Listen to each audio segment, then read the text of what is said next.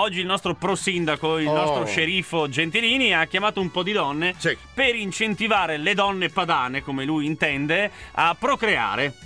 Perché lui vuole, perché insomma un'idea del nostro sceriffo è quella che la donna... procreare con chiunque? No, con razza padana. Che palle con sta razza padana! E lì vuole sempre questo. E io? Quindi, E io poi come faccio questa razza? Devi tornare a Roma per procreare. Ma scusa.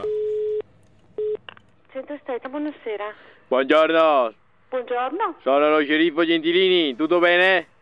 Tutto bene, sì. Io la chiamo perché noi siamo personalmente preoccupati perché le donne di razza Piave non procreano più.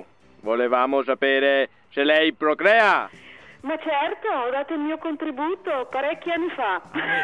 Ma ne vogliamo altri 2 o 3? E allora, ma mi raccomando, non ha mischiato le razze? Sempre razza Piave pura, vero? Certo. Oh, molto bene, molto bene. Le donne non procreano più, dovete procreare, mi raccomando. Va bene, va bene. Oh, in caso... daremo l'esempio ai nostri figli ormai. Oh, sì, bene, va bene.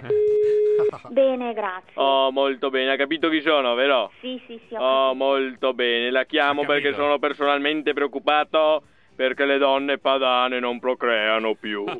E volevo sapere se aveva dato il suo contributo lei. Allora, lei ha dato il suo contributo alla patria? Guardi, io sono straniera, quindi non so. Non è di razza Piave? No. Molto male, non deve rovinare la linea pura di razza Piave. Mi raccomando. Sceriffo. E quindi ha il permesso di soggiorno? Certamente. Prenderemo le impronte digitali? Certo, arrivederci. È giusto, brava. Sono il sceriffo Gentilini. Buongiorno. Buongiorno, chi cercava? Siamo preoccupati perché le donne padane non procreano più e volevamo sapere se lei aveva già dato il suo contributo.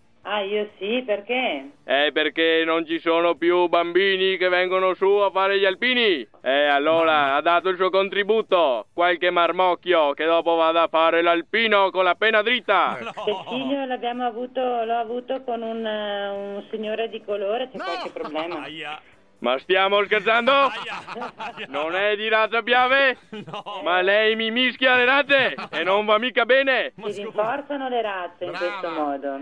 No, lei mi rovina la razza pura, la linea diretta padana. Ha capito? Mi raccomando, dia da bere prosecco al bambino che cresce con la penna dritta.